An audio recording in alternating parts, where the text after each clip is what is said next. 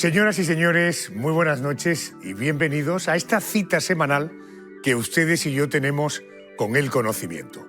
Hoy en el porqué de las cosas vamos a intentar responder a preguntas como, por ejemplo, ¿por qué el Titanic sigue hundido en las profundidades? ¿Por qué no lo sacan a la superficie? ¿O qué pasaría si la Tierra, en vez de girar como gira, lo hiciera al revés? Oiga, ¿darse una ducha antes de dormir nos ayuda a conciliar el sueño? ¿O por qué se produce una enfermedad tan común como la diabetes? Una más, ¿por qué siempre se ha dicho que es bueno comer chocolate negro? Son los asuntos que nos van a ocupar a lo largo de la próxima hora. Señoras y señores, el porqué de las cosas, novena entrega.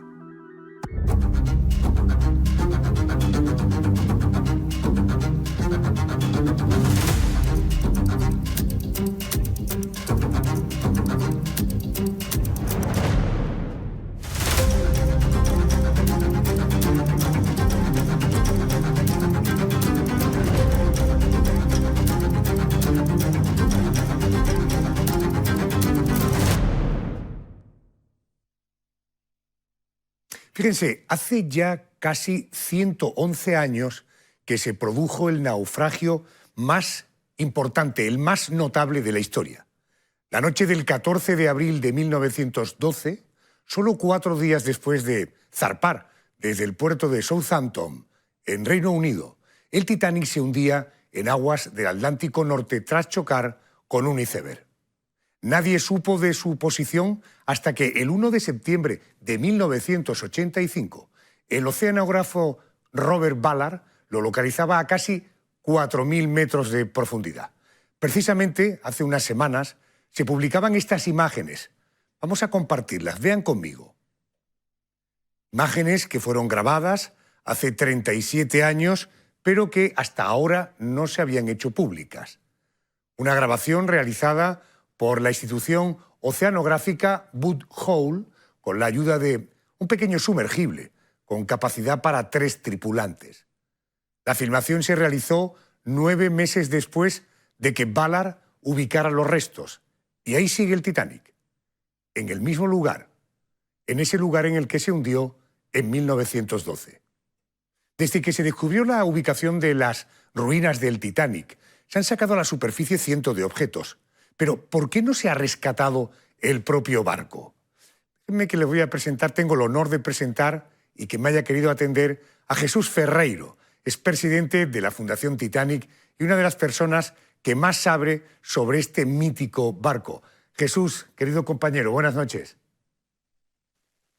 Hola, buenas noches, Adolfo. Antes de empezar, permíteme, por favor, felicitarte muy sinceramente, porque un programa de esta calidad y de este contenido, el que nos aporta conocimiento sobre nosotros mismos y sobre lo que nos rodea, es un programa de verdad genial y que debía de estar siempre, por lo menos, patrocinado por los ministerios de cultura. Por lo tanto, muchas felicidades.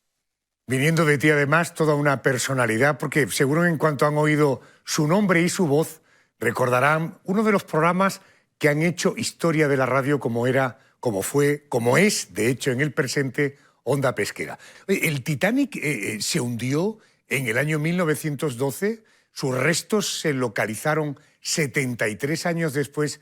¿Por qué pasó tanto tiempo? ¿Tan difícil era conocer su ubicación exacta? ¿O es que hasta entonces, no sé, no había habido interés por conocer el lugar del hundimiento? Bueno, en principio, Adolfo, no había demasiado interés ni había medios para saber. La posición del hundimiento era más o menos. Y una cosa es dónde se hunde la superficie y otra cosa dónde van a parar los restos por el efecto de las corrientes marinas. Entonces se sabía más o menos el punto donde se hundió y muchísimos más o menos donde estaban los restos, con la particularidad, además, en este caso, de que los restos, el casco se dividió en 2 partes, y entonces una está a 600 y pico metros de la otra. Ha sido un tema muy, muy complicado y la verdad es que Robert Ballard en el último minuto, fuera de tiempo permitido, logró descubrir por una casualidad los restos del barco. Jesús, esas imágenes que estamos viendo se grabaron en el año 1986.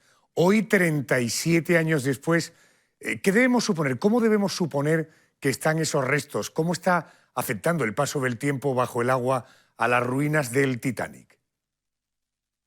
Bueno, la verdad es que se creía en principio que a esas profundidades, a 3.963 metros de profundidad, y en un tema de oscuridad total, no habría muchos bichitos de esos que se come el hierro, pero fue un error porque no solo había eso, sino que había muchos más que se están comiendo el casco del barco, aunque algunas zonas, hay que decir, Adolfo, que están bastante bien, pero otras como la parte de estribor y la parte del puente del mando están súper destruidas. Jesús, todo lo que rodea al Titanic genera un enorme interés, bueno, incluso protagonizó una de las películas más taquilleras de la historia del cine. ¿Alguna vez se ha planteado alguien sacar a la superficie, aunque sea trozos, para conservar el Titanic en mejores condiciones que en el fondo del mar? ¿Esto sería posible? No, Adolfo, no se lo ha planteado nadie porque técnicamente sería imposible, porque primero el barco está dividido en dos trozos. Uno de los trozos, el de popa, como estaba vacío de agua, cuando se sumergió por la presión del agua, fue explotando por el camino y ahora está en trozos. La parte de proa, que es la que se llenó de agua, fue bajando un poco, haciendo el zigzag del agua, con tan buena suerte que es uno de los pocos barcos del mundo que está en el fondo del mar de pie, porque al bajar balafeándose la proa se metió en un banco de arena y quedó el casco de pie. Pero la respuesta a tu pregunta es que es imposible subir el barco. Desde los Y ha años... sido siempre. Correcto. Digo, desde los años 80 son muchos los objetos que se han rescatado del Titanic. Con la información que tú tienes, ¿cuál ha sido el más importante por su valor histórico o por su valor económico? Y en todo caso, ¿esos restos están expuestos en alguna parte para que se puedan visitar? Bueno, hay que decir que se han subido casi 12.000 objetos, pequeños, grandes, medianos.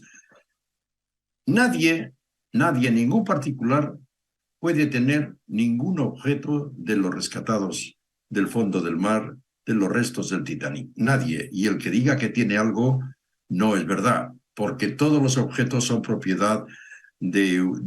Propiedad no, están en custodia de una sociedad norteamericana con la obligación de exponerlos. Hay muchas exposiciones que han recorrido el mundo. La nuestra, por ejemplo, pues ha recorrido toda Europa, incluida naturalmente España, pero no la pieza de más valor de los restos, ninguna, porque no se puede ni vender, ni alquilar, o sea, nada, solo se pueden exponer. Y de los restos de los particulares, bueno, pues hay cartas, hay relojes y tal, pero ya esas son cosas que han llevado los supervivientes. Entiendo, ¿recuerdas cuál podría ser el objeto, en tu opinión, más valioso desde el punto de vista o histórico o que haya explicado la historia o incluso desde el punto de vista económico? Mira, para mí fue una suerte coincidir en Atlanta, donde está el almacén donde se guardan todo lo que se va recuperando del barco, coincidir con la llegada de un maletín de cuero con las iniciales, tenía las iniciales, nunca me olvidaré, WHH, y me dijeron, ¿quieres abrirlo tú? Dice, Dios mío, pero eso es vamos, es un milagro que, pues sí, a ver, y al abrir, Adolfo, no te puedes ni imaginar lo que allí había. abrí la maleta de cuero y había unos pijamas doblados como si los hubiese doblado media hora antes y habían pasado más de 100 años. Había 2 pijamas, unas zapatillas y una camisa. Increíble. Y yo le pregunté al técnico, ¿pero cómo es posible esto? ¿Cómo es posible si no hay nada de madera, no queda nada en los restos de madera, de cuero? ¿Y cómo este maletín de cuero está en estas condiciones? Porque parecía nuevo. Y el ingeniero me dijo, posiblemente porque su propietario, para que no se estropease con la humedad del ambiente, lo dio sebo, y el sebo, curiosamente, no lo sabíamos, es repelente a los peces. Entonces, los peces no se atrevieron a ir a ese cuero porque tenía mucho sebo encima. Esa es la única conclusión lógica que se puede sacar, porque ya te digo, el maletín estaba como si se hubiese comprado hace media hora. Es increíble, bueno, además de la capacidad de comunicar, cómo Ferreiro, presidente de la Fundación Titanic, es capaz de trasladarnos la emoción de un hecho tan banal como es abrir una maleta, ver un equipaje hecho, pero ojo, hace 100 años que ese equipaje se hizo. Jesús, gracias por atenderme y por mantener viva el recuerdo de esta maravillosa historia que es el Titanic. Gracias. Adolfo, gracias a ti y sobre todo, y de verdad, gracias por tener este programa que tanto nos ayuda, que tanto ayuda a nuestro cerebro a pensar el porqué de las cosas. Gracias, un abrazo muy fuerte, gracias y buenas noches. Fíjense, hablaba Ferreiro de cómo el Titanic, la parte de proa, es decir, la parte delantera del barco, iba cayendo, zigzagueando, llegó hasta 4.000 metros. Déjenme que les voy a poner ahora unas imágenes de un señor que baja no a 4.000 metros, pero sí a pulmón. Esto de sumergirse bajo al agua siempre ha tenido un halo de mágico. Vean las imágenes.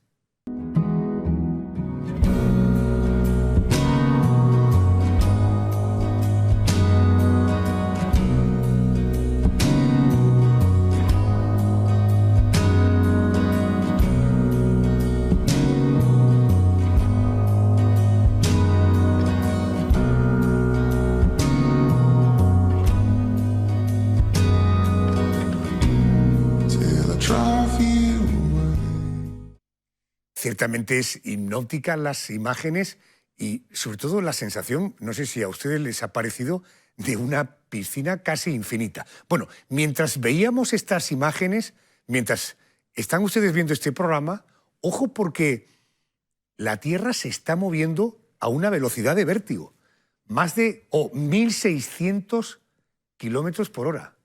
Vamos a hablar del giro de la Tierra. Vean y escuchen. Nuestro planeta gira sobre sí mismo a unos 1.600 kilómetros por hora. Es lo que se llama movimiento de rotación. En hacer un giro completo, el planeta tarda 24 horas. Un día es, por lo tanto, el tiempo que transcurre mientras la Tierra completa ese movimiento. Gira y además siempre lo hace en la misma dirección, de oeste a este, es decir, en el sentido contrario a las agujas del reloj. La mayoría de planetas del sistema solar giran de la misma manera, salvo Venus y Urano, que lo hacen de este a oeste. Y esta noche nos preguntamos, ¿qué pasaría si la Tierra imitara a estos planetas y girara al revés? Esta es la hipótesis que le vamos a plantear a Miguel Ángel Cabeza. Es profesor del grado en Física de la Universidad Internacional de La Rioja. Profesor, muy buenas noches y de nuevo gracias por atenderme. Es usted muy amable conmigo. Muchas gracias. Buenas noches, Adolfo. Buenas noches. Oiga, ¿por qué la Tierra gira sobre sí misma y no solo alrededor del Sol? ¿Esto qué explicación tiene? Bueno, Adolfo, se cree que todo estos movimientos de giro tienen su origen en la famosa gran explosión, lo que los anglosajones denominan Big Bang. Es la gran explosión que dio origen al universo. En esa gran explosión se produjeron situaciones que dieron lugar a giros iniciales y que se han ido, ¿de acuerdo?, propagando a lo largo del tiempo. tenemos que pensar que, además, que si la Tierra no girase, pues sobre sí misma, tendríamos un gran problema. Tendríamos un lado de la Tierra que sería ardiente, sería un desierto, y tendríamos el otro extremo en la oscuridad, en donde, bueno, pues sería una zona completamente gélida. Solamente tendríamos una pequeña banda entre entre esas dos regiones, que habría unas condiciones mínimamente habitables, pero bueno, pues también con sus peculiaridades, como corrientes atmosféricas fortísimas, etcétera. Fíjese que nunca lo había visto de esta manera. Que la Tierra gire sobre sí misma es lo que permite efectivamente que estemos encarados o no con el Sol, y eso tiene mucho que ver con la vida. ¿Por qué la Tierra gira en el sentido contrario a las agujas del reloj y no en la dirección contraria? Muy buena pregunta. La verdad es que, bueno, efectivamente, si nos situásemos en un satélite, una nave espacial, sobre el Polo Norte y mirásemos hacia la Tierra, lo que veríamos es ese movimiento de giro contrarreloj, ¿eh? Y de hecho, cuando comparamos con el resto de planetas en nuestro sistema solar, vemos cómo la Tierra gira con ese mismo sentido, ¿no? Salvo Venus y Urano. Y también el Sol gira en ese sentido. Entonces, bueno, vemos que es como una especie de sincronía, ¿no?, que existe dentro del sistema solar, en el que, bueno, pues todos giramos en ese mismo sentido. Pero es que además la mayoría de sistemas solares en nuestra galaxia también, nuestra galaxia, que la que llamamos Vía Láctea, pues también giran también en ese mismo sentido. Y si nos vamos a un nivel más allá y comparamos con otras galaxias, vemos que la mayoría de galaxias que existen en el universo también giran en ese sentido contrarreloj. Entonces parece que esa gran explosión inicial, ese Big Bang inicial, fue el que dio ese giro de rotación contrarreloj a la mayoría. También existen, por supuesto, excepciones. Hay galaxias pues, que tienen movimientos que se llaman retrógrados, es decir, al revés, ¿no? En el sentido de las agujas del reloj, retrógrado quiere decir que va en contra de la mayoría, por decirlo de una manera. Bien, correcto. Profesor, aceptamos que hubo una explosión, parece que es, en fin, la teoría más aceptada, más generalizada, pero la aceptamos como una hipótesis. Por lo tanto, le ruego, por favor, que igual que yo hago ese esfuerzo, haga usted el esfuerzo ahora de admitir la mía. ¿Qué pasaría si la Tierra girara exactamente al contrario de lo que lo hace, en el sentido de las agujas del reloj? ¿Eso qué consecuencias tendría para nuestro planeta? Bueno, lo primero que nos daríamos cuenta es que el Sol sale por el oeste y se pondría por el este, ¿no? Pero eso también tendría efectos pues en el movimiento de las masas de la atmósfera y, por supuesto, masas oceánicas, ¿no?, de los océanos. Por ejemplo, el movimiento de altas presiones y bajas presiones en la atmósfera pues sería el contrario, el opuesto. Por ejemplo, algo que conocemos todos, el anticiclón de las Azores, en vez de venir hacia Europa, hacia España, por ejemplo, pues no, se iría hacia la costa de Estados Unidos y cambiaría el clima a nivel mundial. Por ejemplo, se han realizado simulaciones y lo que se ha encontrado es que, por ejemplo, Brasil sería una zona desértica. Rusia tendría un clima templado. La zona del Golfo Pérsico serían zonas muy verdes. Y en Europa, por ejemplo, pues tendríamos de media unas temperaturas inferiores en 10 grados. Bajarían las temperaturas muy notablemente. Profesor, pero ¿hay alguna razón por la que la Tierra, algún motivo de la propia Tierra o exterior a la Tierra, que pudiera provocar que el giro fuera al revés de cómo lo hace ahora? Es decir, en el sentido de las agujas del reloj. Bueno, sí, la respuesta es sí, podría pasar. Bueno, todo puede pasar. Yo recuerdo cuando era estudiante de física, nos sorprendió mucho a todos los alumnos, un profesor resolvió un problema que era, cuál era la posibilidad de que el cuerpo de una persona atravesase una pared. Y la probabilidad no era cero, pero era tan remota que, bueno, pues a lo mejor en toda la historia de la humanidad, bueno, pues quizás alguien haya atravesado una pared. Pero en este caso, volviendo a la pregunta, ¿Qué es lo que sería necesario? Pues sería necesario un choque de un cuerpo masivo, es un meteorito gigantesco, con una velocidad también gigantesca, y que alterase el movimiento pues, de nuestro planeta. Eso, por ejemplo, es lo que se cree que ocurrió con Venus y Urano, bueno, pues que los meteoritos inicialmente en la formación del sistema solar, bueno, pues hubo meteoritos masivos, cuerpos masivos y muy rápidos dentro de la formación del sistema solar. Y se cree que, gracias, debido a ese motivo, pues estos dos planetas pues, giran en sentidos opuestos al resto.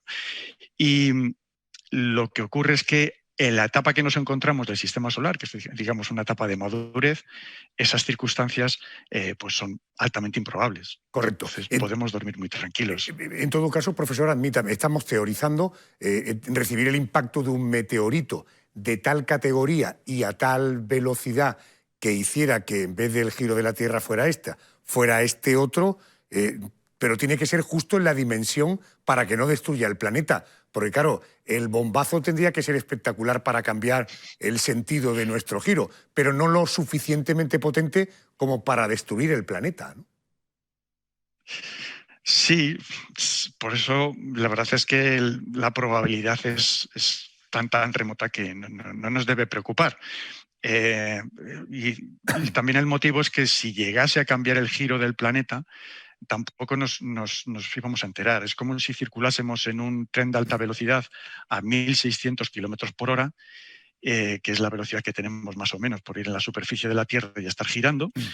Y bueno, pues vamos en ese tren y de repente pega un frenazo, imaginemos 1.600 kilómetros por hora, da un frenazo en seco y empieza a girar en 1.600 kilómetros por hora en dirección opuesta. Es decir, sería una catástrofe a nivel mundial, tanto pues para toda la superficie de la Tierra, y por lo tanto no nos íbamos a enterar. Si es que ocurriese, iba a ser una muerte instantánea para todos. Correcto. No nos enteraríamos. Me encanta hablar con el profesor Cabeza, porque admite con muchísima naturalidad hacer hipótesis que parecen imposibles, pero oiga, yo creo que en gran medida la ciencia, la investigación avanza precisamente porque nos hacemos planteamientos absolutamente teóricos y preveemos lo que puede ocurrir en determinadas circunstancias. Profesor Miguel Ángel, gracias por atenderme. Ha sido un auténtico placer. Gracias y buenas noches.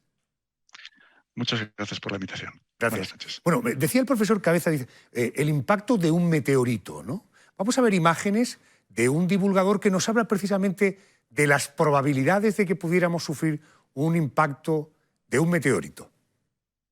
¿Cuál es la posibilidad real de que haya un apocalipsis por un asteroide? Aunque esto es poco probable que suceda, no es descartable. Y lo peor de todo es que se cometen fallos en su detección. En 1988, Brian Marsden advirtió que el asteroide 1997 XF11 de 1.500 metros de diámetro pasaría unos 40.000 kilómetros de la Tierra el 26 de octubre de 2028. Al día siguiente, desde la NASA se dijo que las probabilidades de choque eran del 0%. En 2004, los astrónomos observaron el asteroide Apophis. Mientras trataban de hacer nuevas mediciones para calcular su ruta, se dieron cuenta que aumentaba el riesgo de colisión contra nuestro planeta, que se situó en un 3% para 2036, pero en 2006 se descartó el peligro. Estos son dos casos de asteroides que se pensaban que eran peligrosos, pero en realidad no lo eran. Pero ¿ha habido casos de asteroides que nos hayan pillado por sorpresa? Pues la verdad es que sí. Un caso reciente fue el asteroide de Chelyabinsk, que rasgó la atmósfera con sus 17 metros y 10.000 toneladas sin que nadie lo detectara. Es por eso que misiones como DART son tan importantes. Tenemos que estar preparados. Bueno, atentos, pero en todo caso ni asustados ni preocupados, porque iba a servir más bien de poco. Oye, quiero hablarles ahora de algo que probablemente ha formado parte de alguna conversación entre amigos o familiares. ¿La ducha mejor por la noche o por la mañana? ¿La ducha con el objetivo de que me relaje cuando me voy a dormir? ¿O la ducha por la mañana porque me va a activar? Vamos a hablar con Javier Puertas, es vicepresidente de la Sociedad Española del Sueño. Muy buenas noches y bienvenido a la Televisión Pública de Málaga. Buenas noches. Buenas noches. Oiga, darse una ducha por la mañana, recién salido de la cama, ¿nos ayuda a despertarnos? ¿Esto tiene base científica? Bastante. Se ha visto que la ducha por la mañana produce una cierta vasoconstricción y entonces nos ayuda a aumentar la temperatura central del cuerpo y eso facilita el ponerse en marcha, ¿no? Es decir, tenemos que la relación de la ducha fría o caliente con la actividad, tanto al inicio del sueño como en el despertar, y ahora hablaremos quizá del sueño, está muy relacionada con la regulación de la temperatura. Entonces, ayudar con la ducha a facilitar esta regulación de la temperatura, tanto para ponernos en marcha como para irnos a dormir, tiene base científica. Correcto. Por tanto, estamos hablando de la ducha por la mañana es saludable para activarnos, por cuanto estamos hablando de que nos ayuda a regular la temperatura, además de que naturalmente es bueno para nosotros y para el resto. ¿Esa ducha debe ser con agua fría o no necesariamente? No necesariamente, es decir, por la mañana es mejor templadita, ¿no? Es decir, que no sea excesivamente caliente, porque excesivamente caliente produce vasodilatación cutánea, y la vasodilatación cutánea favorece la perfusión, la llegada de sangre y la pérdida de algo de calor, que es lo que buscamos por la noche. Pero por el día buscamos que se produzca una vasoconstricción, que haya una cierta temperatura tirando, no helada, porque pues bueno, habrá alguien que le gustará darse una ducha fría por la mañana, pero vamos, es suficiente con que sea templada o tirando fresquita o acabar con un poco más fresquita que al inicio de la ducha, para facilitar que haya una vasoconstricción y que se ponga en marcha el metabolismo y aumente la temperatura central. Javier, es recomendable, me has echado el capote un par de veces, voy a entrar a ello, ¿es recomendable ducharme antes de ir a la cama con agua relativamente templadita que genera la sensación de entrar en el aterrizaje necesario después de un día intenso? Hay más evidencia de la ducha templada o calentita por la noche para facilitar el sueño que la ducha fría por la noche, ¿no? Justamente eso genera una sinergia con el proceso natural de bajada de temperatura central del organismo, con una pequeña vasodilatación periférica de la piel, que facilita que para irnos a dormir la temperatura central del organismo baje a costa de que eliminamos temperatura por la piel. Esa eliminación de temperatura por la piel es mucho mejor cuando se produce una vasodilatación periférica, y eso lo facilita una ducha templada o calentita. Una ducha fría produce vasoconstricción. Correcto. Oiga, tengo la impresión, yo no soy dermatólogo, tampoco lo es usted, pero si me ducho por la noche, porque es recomendable para conciliar bien el sueño, me ducho por la mañana para activarme, esto no puede ser contraproducente a efectos de mi propia piel. En todo caso, si tuviera que decidir entre la mañana y la noche, desde el punto de vista del bienestar de mi cuerpo, ¿cuál sería la recomendable? Bueno, es una pregunta interesante, porque le puedo ayudar con alguna respuesta, pero no dar respuestas definitivas, porque tenga en cuenta que cada persona, los hay madrugadores y los hay noctámbulos, ¿no? Los búhos y las alondras. Hay personas que le cuesta más despertarse y personas que le cuesta más dormirse. Entonces uno tiene que buscar efectivamente una ducha por la mañana y una ducha por la noche. Probablemente es excesivo, y los detergentes y los geles, etcétera, puedan afectar a la microbiota de la piel, ¿no? Pero yo buscaría que cada uno encontrase cuál es el momento donde una ducha templada por la noche, calentita, o una ducha un poco más fresquita por la mañana le ayuda a ponerse en marcha o a irse a la cama. Perfecto. Señor Puertas, gracias por atenderme, ha sido muy amable. Recomendaciones y consejos que parecen de temas triviales, pero que sin duda nos ayudan a mejorar nuestra calidad de vida. Señor Puertas, gracias por atenderme. Buenas noches. Un saludo. Gracias. En este programa nos tomamos al pie de la letra eso de nunca te acostarás sin saber algo nuevo. Algo nuevo que pueden aprender. Atentos al truco.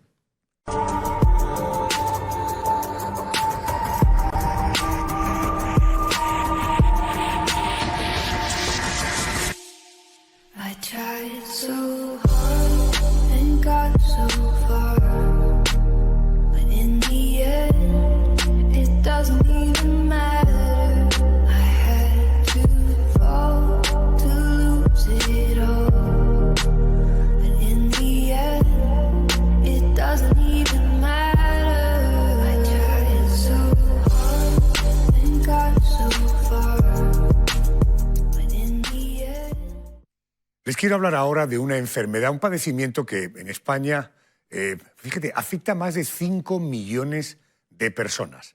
Enfermos diagnosticados de diabetes, según datos de la Federación Internacional de Diabetes. Le voy a dar algunos datos más. España tiene la segunda tasa más alta de Europa de población diabética y el 30% de las personas que padecen esta enfermedad no lo saben porque no están diagnosticadas. Una dolencia que, por cierto, afecta más a los hombres que a las mujeres. Déjenme que le voy a presentar a toda una experta. Es Marieta Martínez Broca, es directora del Plan Integral de Diabetes de Andalucía. Doctora, muy buenas noches. Bienvenida a la Televisión Pública de Málaga. Buenas noches y muchas gracias por... Buenas noches, Marieta. Oiga, ¿qué es la diabetes? Y sobre todo dígame, porque todos oímos que hay diabetes de un tipo, de otro. Por tanto, ¿qué es y cuántos tipos de diabetes existen? Bien, la diabetes es una enfermedad que se caracteriza y que tiene como elemento común a todas las formas de diabetes la elevación de los niveles de glucosa en sangre, pero que también condiciona otra serie de alteraciones a nivel de otros elementos, como puede ser el perfil lipídico o como puede ser la agregación de otros factores de riesgo. Efectivamente, hay diferentes tipos de diabetes muy distintos. Yo siempre digo que son enfermedades diferentes, que lo único que comparten es la glucosa alta y fundamentalmente, aunque no todas, se distribuyen en diabetes tipo 2, que es la más frecuente. El 90-95% de las personas con diabetes tienen esta forma de diabetes, y la diabetes tipo 1 suele aparecer, aunque no siempre, en edad infantil o juvenil y se caracteriza por un déficit absoluto del nivel de insulina y, por tanto, requiere tratamiento con insulina desde el inicio. Hay también otras formas de diabetes más específicas, vinculadas a determinados trastornos, secundarios a otras enfermedades, y también llama la atención, y es especialmente relevante, la diabetes que aparece durante el embarazo, la diabetes gestacional, por el impacto que tiene sobre la salud de la madre y también sobre la salud del niño.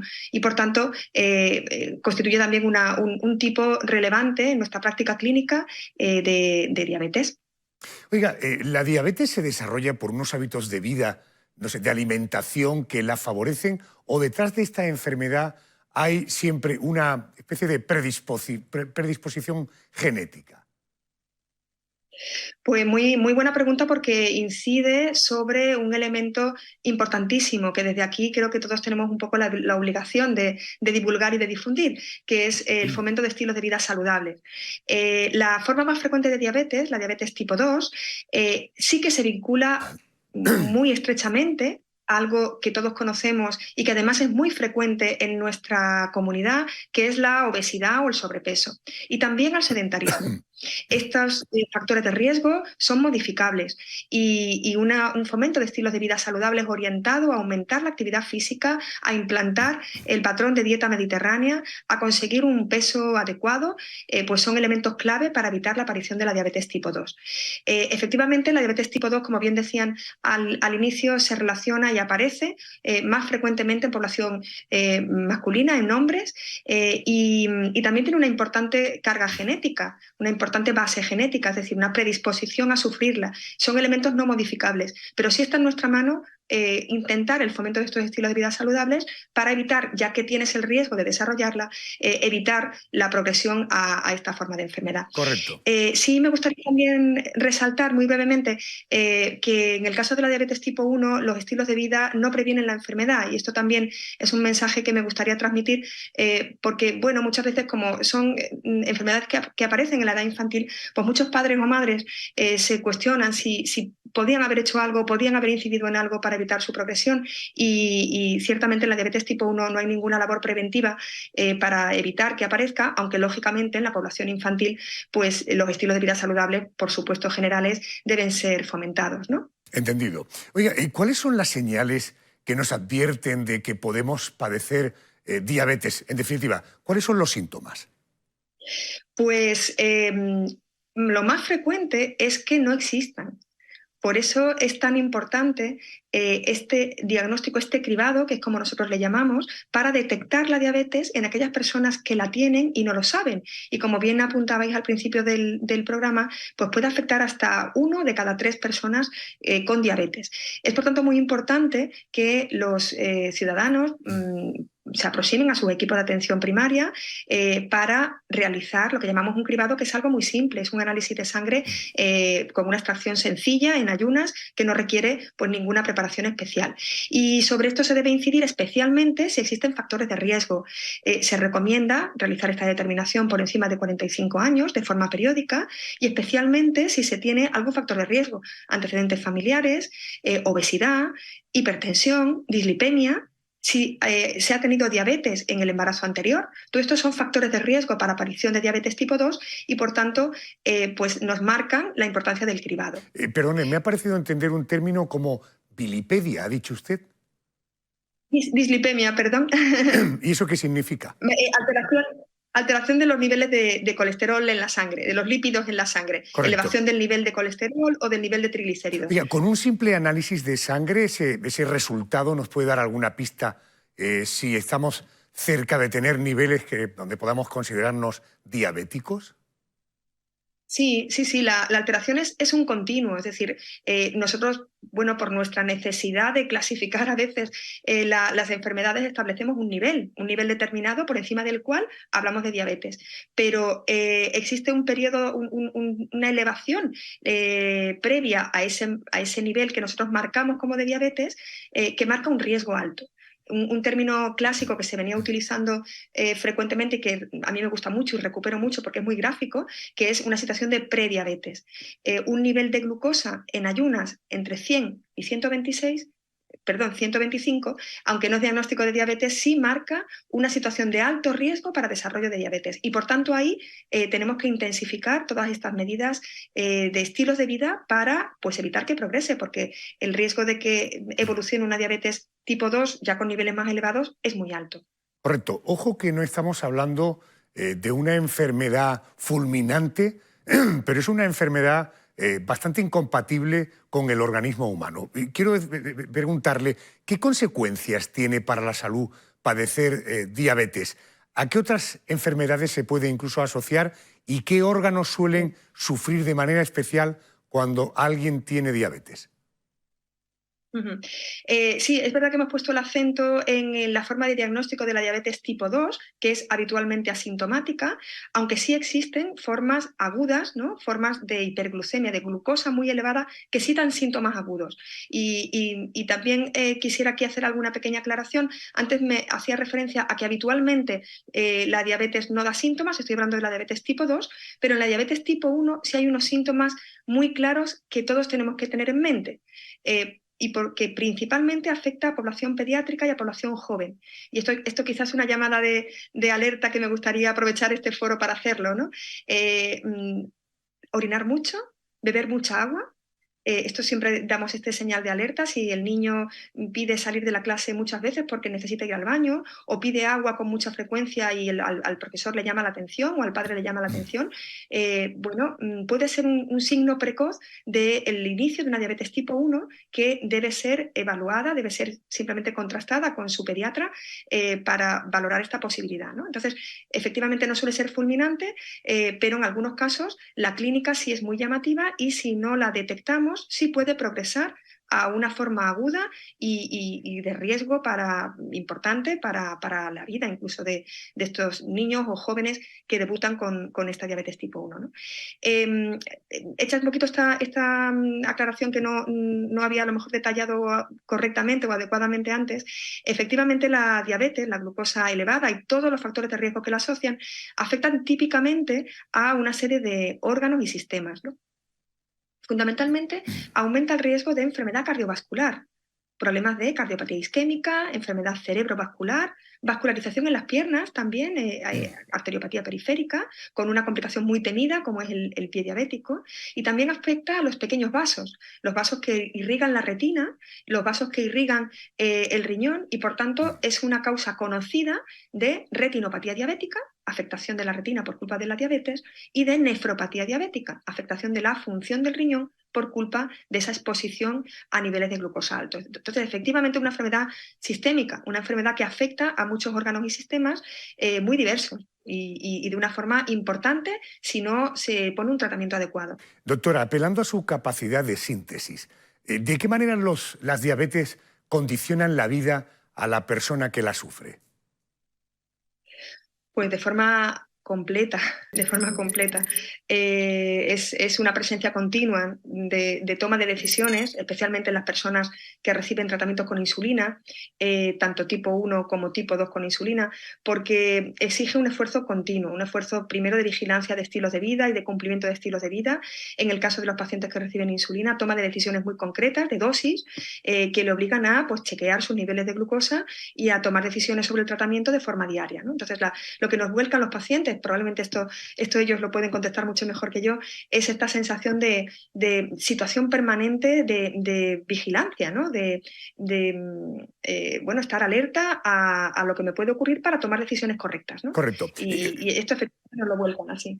Todo el que tenga en su círculo cercano a una persona con diabetes sabe bien cómo es esta enfermedad, lo decía la propia doctora, condiciona la calidad de vida.